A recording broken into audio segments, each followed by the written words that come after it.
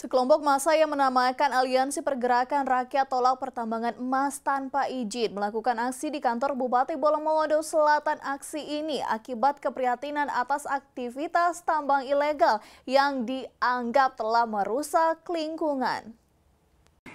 Dengan membawa sejumlah poster yang berisi keprihatinan atas kerusakan lingkungan, massa aksi memasuki pelataran kantor Bupati Bolamongondo Selatan.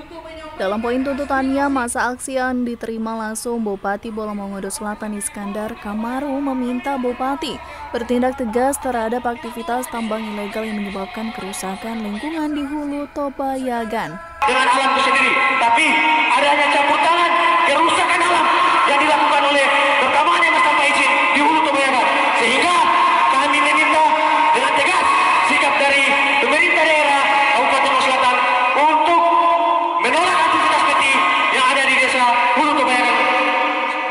Usai dari kantor Bupati, massa melanjutkan aksi di gedung DPRD Bolamongondo Selatan untuk menyampaikan hal yang sama. Massa sempat melakukan aksi bakar ban akibat kecewa dari 20 legislator Bolamongondo Selatan. Hanya 2 legislator yang keluar menemui massa. Tim Liputan Kawanwa TV melaporkan.